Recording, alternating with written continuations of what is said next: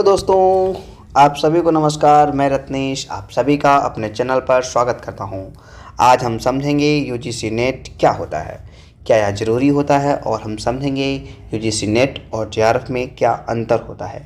आज के समय में नेट करना चाहिए या नहीं करना चाहिए, नेट के बाद जॉब लगती है या नहीं लगती है, नेट करने के लिए क्वालिफ़िकेशन क्या होती है, एज लिमिट क्या रहती है, एग्ज़ाम कब कब होता है, एप्लीकेशन फ़ी कितनी लगती है, एग्ज़ाम पैटर्न क्या होता है, सिलेबस क्या रहता है, आखिर कट ऑफ कितनी जाती है यूजीसी नेट के बाद, करियर में अपॉर्चुनिटीज़ क्या रहती हैं, कितने मौके मिलते हैं, क्या करने को मिलता है, सैलरी कितनी होती है, पीएचडी के करने के लिए नेट ज़रूरी होता है कि ये बात इंपॉर्टेंट है कि पीएचडी करना है तो उसके लिए नेट चाहिए कि नहीं चाहिए। आगे हम ये भी डिस्कस करेंगे यूजीसी नेट के बाद जॉब की गारंटी मिलती है कि नहीं मिलती है, और नेट क्या होता है, जेआरएफ क्या होता है। तो सबसे पहले समझते हैं कि यूजीसी नेट क्या होता है। तो यूजीसी नेट का पूरा नाम होता है university grant commission national eligibility test. Simple सा साधारण सी भाषा में आप ये समझिए कि अगर आप यूजीसी नेट का एग्ज़ाम क्वालिफाई कर लेते हैं तो आप भारत में किसी भी महाविद्यालय अर्थात यूजी एंड पीजी कॉलेजेस में आप असिस्टेंट प्रोफेसर बनने की योग्यता रखते हैं, और आप किसी भी कॉलेज में जा कर के आप पढ़ा सकते हैं। ठीक है, इसके लिए क्वालिफ़िकेशन क्या चाहिए होती है, तो क्वालिफ़िकेशन आप मास्टर्स में कम से कम 55% अंक पाए हों जनरल वालों के लिए। बाकी जो SC ST वाले होते हैं उनके लिए छूट रहती है, उनको 50% अंक कम से कम उनके मास्टर्स में आने चाहिए, उसी के बाद ये लोग अप्लाई कर सकते हैं। फाइनल ईयर वाले भी एग्ज़ाम दे सकते हैं। एज लिमिट क्या रहती है, तो एज में क्या होता है कि भाई देखो, वैसे तो नेट क्वालिफाई करने के लिए कोई एज निर्धारित नहीं होती है, आप किसी भी एज में ये एग्ज़ाम दे सकते हैं। लेकिन अगर आप स्पेशली जेआरएफ के लिए तैयारी करते हैं तो आपको जेआरएफ के लिए 30 साल तक ही आप दे सकते हैं, उसके बाद जो जनरल वाले होते हैं वो नहीं दे सकते। भाई कुछ लोगों को रिलैक्सेशन मिलता है, जो कैटेगरी वाले SC ST वाले बच्चे होते हैं तो वो लोग एग्ज़ाम दे सकते हैं। और अगर आप सिर्फ नेट क्वालिफाई करना चाहते हैं तो इसके लिए कोई आयु सीमा प्रतिबंधित नहीं होती है, आप जब चाहें तब जीवन काल में कभी भी एग्ज़ाम दे सकते हैं। वैसे बात आती है एग्ज़ाम कब होता है, तो एग्ज़ाम प्रत्येक वर्ष में लगभग 2 बार होता है। एक इधर दिसंबर साइकिल में होता है और एक इधर जून साइकिल में होता है, जो कि अभी दिसंबर का एग्ज़ाम कुछ दिन पहले ही हुआ है। और ये लगभग जो इंडिया एजेंसी कराती है ये लगभग अपनी फ्रिक्वेंस टाइम पर सही टाइम पे अपना करवा लेती है। फिर मेन बात आती है फ़ीस कितनी लगती है। अगर आप यूजीसी नेट एग्ज़ाम देना चाहते हैं तो कितनी फ़ी आपको देनी होगी। अगर आप जनरल वाले हैं तो आपको 1150 रुपये देने होंगे। अगर आप EWS वाले हैं या OBC वाले हैं तो आपको 600 रुपये पेमेंट करना होगा। अगर आप SC ST PW वाले हैं तो आपको 350 रुपये पे करना होगा।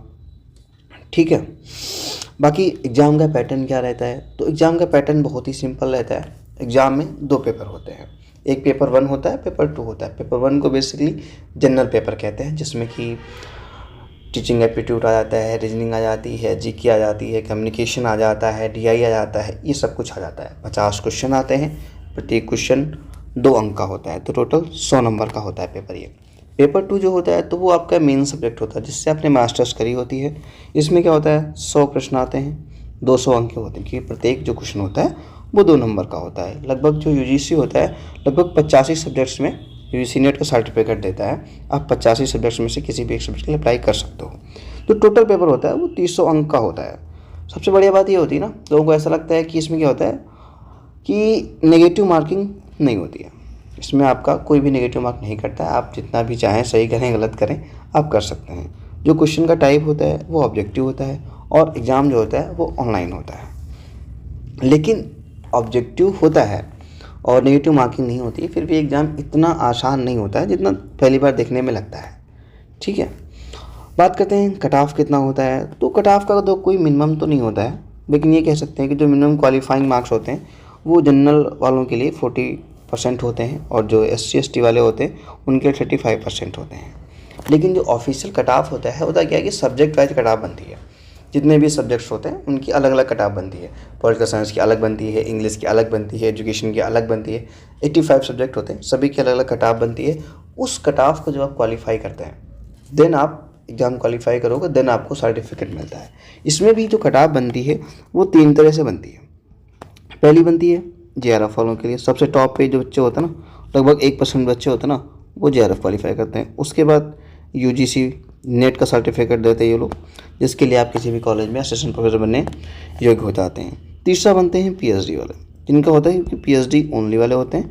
ये लोग किसी भी यूनिवर्सिटी में मतलब पीएचडी करने के लिए अप्लाई करना चाहें तो अप्लाई कर सकते हैं। जो लोग जेआरएफ क्वालिफाई करते हैं उनको यूजीसी नेट और पीएचडी तीनों के बेनिफिट मिलते हैं। जो लोग सिर्फ यूजीसी नेट करते हैं उनको यूजीसी नेट और पीएचडी दोनों का मिलता है, और जो लोग सिर्फ पीएचडी करते हैं उनको सिर्फ पीएचडी के बेनिफिट मिलते हैं। कहने का मतलब ये है, जो लोग जेआरएफ क्वालिफाई करते हैं उनको क्या होता है, जब वो पीएचडी में एडमिशन लेते हैं तो उनको स्टाइपेंड भी मिलता है। मतलब कि पीएचडी के साथ साथ में उनको लगभग मान के चलिए अभी जो 38,000 पर मंथ के हिसाब से लगभग उनको मिल जाता है। जो लोग यूजीसी नेट की ओर क्वालिफाई करते हैं वो लोग अगर पीएचडी करते हैं तो उनको कोई भी मतलब अलग से खर्चा नहीं मिलता है, उनको पीएचडी अपने खर्चे पे ही करनी होती है। वो लोग पीएचडी कर सकते हैं, किसी भी कॉलेज में जाके पढ़ा भी सकते हैं, लेकिन उनको कोई अलग से स्टाइपेंड वगैरह नहीं मिलता है। लेकिन जो लोग पीएचडी ओनली क्वालिफाई करते हैं, ये लोग क्या करते हैं, ये लोग सिर्फ और सिर्फ किसी भी यूनिवर्सिटी में पीएचडी करने के लिए अप्लाई कर सकते हैं। पहले क्या होता था, जितनी भी यूनिवर्सिटीज़ हैं वो अपना अपना पीएचडी के लिए खुद से एंट्रेंस करवाती थी।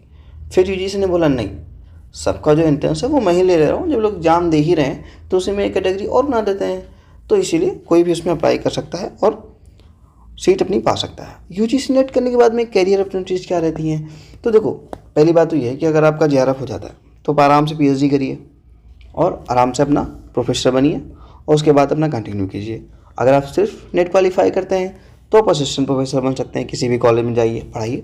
अगर आप किसी भी कॉलेज में पढ़ाते हैं तो लगभग आपकी स्टार्टिंग जो ठीक ठाक होती है, अगर प्राइवेट इंस्टीट्यूट में जाते हैं तो 20-25 हज़ार से हो जाती है। अगर ठीक ठाक जो आयोग द्वारा होते हैं अगर वहाँ आप जाते हैं तो लगभग जो उनका बेसिक भी होता है शायद 57,000 के आसपास होता है, वहाँ से मिल जाता है। इसके अलावा बहुत सारे पीएसयूज़ वगैरह हैं, वहाँ पे जॉब्स ऑप्शन आते रहते हैं। बाकी बहुत सारे इंस्टीट्यूट हैं, वहाँ पे रिसर्च पोजीशंस आती रहती हैं, वहाँ अप्लाई कर सकते हैं। बाकी जो प्राइवेट कोचिंग्स हैं आजकल तो देखते ही हो, फिर भी आईएएस की कोचिंग है और ये यूजीसी नेट वालों की हैं, और भी बहुत सारी हैं जहाँ पे आप जाके ईजिली पढ़ा सकते हो।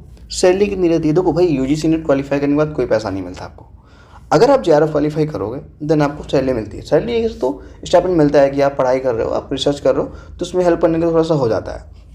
लेकिन अगर आप सिर्फ नेट क्वालिफाई कर रहे हो तो आपको कुछ नहीं मिलता है। अगर आप पीएचडी करते हो तो अपने खर्चे पे करते हो, बाकी बस इतना होता है कि आप किसी भी कॉलेज में जाके पढ़ा सकते हो, जिसकी भी सैलरी फिक्स नहीं होती है। ठीक है, तो इसके लिए आप कर सकते हो। पीएचडी के लिए यूजीसी नेट जरूरी है कि नहीं, ये मुद्दा मेन है। क्योंकि आजकल क्या होता है ना, पीएचडी जैसे आपको पीएचडी करना है तो बहुत सारे बच्चे डाउट में रहते हैं कि मुझे पीएचडी करना है तो मेरा नेट हुआ है, तो मैं नेट नहीं हुआ है तो मैं पीएचडी का अप्लाई कर सकता हूँ कि नहीं कर सकता हूँ।